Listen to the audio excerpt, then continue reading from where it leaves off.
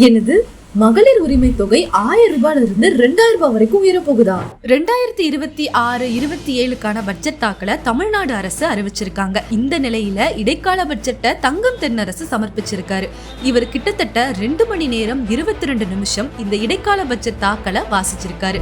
இதுல இவர் என்னென்ன சொல்லியிருக்காருன்னா, தமிழ்நாட்டுல ஆல்ரெடி செயல்படுத்தப்பட்டிருக்கிற திட்டங்களை பத்தியும் அதனால மக்கள் அடைஞ்ச நன்மைகளை பத்தியும் நிறையவே பேசியிருக்காரு.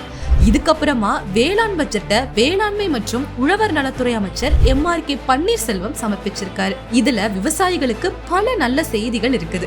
பல நல்ல விஷயங்களை இவங்க பேசியிருந்தாலும் கூட சில முக்கியமான விஷயங்களை பத்தி தான் இன்னைக்கு நம்ம வீடியோல பார்க்க போறோம். ஊரக உள்ளாட்சித்துறை அமைப்புக்கு 2246 கோடி நிதியை சென்ட்ரல் கவர்மெண்ட் நிறுத்தி வச்சிருக்காங்கன்னு, இந்த முறை கணக்கீடு செஞ்சதை விடவும் 19,000 கோடி கூடுதலாவே செலவாகி இருக்கிறதாவும், மத்திய அரசோட நிதி பகிர்வால 3.1 லட்சம் கோடி ரூபாய் இழப்பு ஏற்பட்டிருக்கிறதாவும், GST வரி மாற்றத்தால தமிழ்நாட்டுக்கு கிட்டத்தட்ட 9,600 கோடி இழப்பு ஏற்பட்டிருக்கிறதாவும் தங்கம் தென்னரசு சொல்லியிருக்காரு. இவ்வளவுதானா அப்படின்னு கேட்டீங்கன்னா இல்ல, இதை தாண்டி இனிமேல் என்னென்ன அறிவிப்புகள் வெளியாகலாம் அப்படிங்கறத பத்தியும் இவங்க சொல்லியிருக்காங்க. அது என்னலாம் அப்படின்னா, மகளிர் உரிமை தொகை 1000 ரூபாயில இருந்து 2000 ரூபாய் வரை உயர்றதுக்கான வாய்ப்புகள் இருக்குது. இது குறித்த அறிவிப்புகள் கூடிய விரைவில் வெளியாகலாம். தேர்தல் நெருங்க இருக்கிறதால அரசு ஊழியர்களை கவர்ற விதமா ஓய்வூதியம் திட்டம் குறித்த தகவல்களும் சீக்கிரம் வெளியாக வாய்ப்புகள் இருக்கு. அப்படியே மெட்ரோ பக்கம் போனா மதுரை மற்றும் கோயம்புத்தூர்ல மத்திய அரசு மெட்ரோ திட்டத்தை நிராகரிச்சிருந்தாங்க.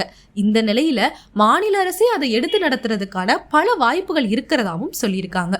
மகளிர் இலவச பேருந்தை விரிவாக்கம் செய்யறது குறித்தான அறிவிப்புகளும் கூடிய விரைவில் வெளியாகலாம். சென்னை உள்ளிட்ட முக்கிய நகரங்கள்ல சாலை மற்றும் மேம்பால பணிகளுக்கு நிதி ஒதுக்கீடு செய்யப்படலாம்.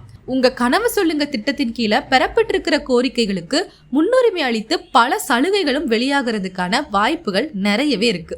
கேக்குறதுக்கு நல்லா இருந்தாலும் இந்த பட்ஜெட் தாக்கலை பத்தி எதிர்க்கட்சி என்ன சொல்லியிருக்காங்கன்னா, அதாவது அதிமுக என்ன சொல்லியிருக்காங்க அப்படின்னா, மாபெரும் காது குத்து விழா அப்படின்னு இதை அட்ரஸ் பண்ணியிருக்காங்க. சோ எதுவா இருந்தாலும் பொறுத்து இருந்துதான் பார்க்கணும்.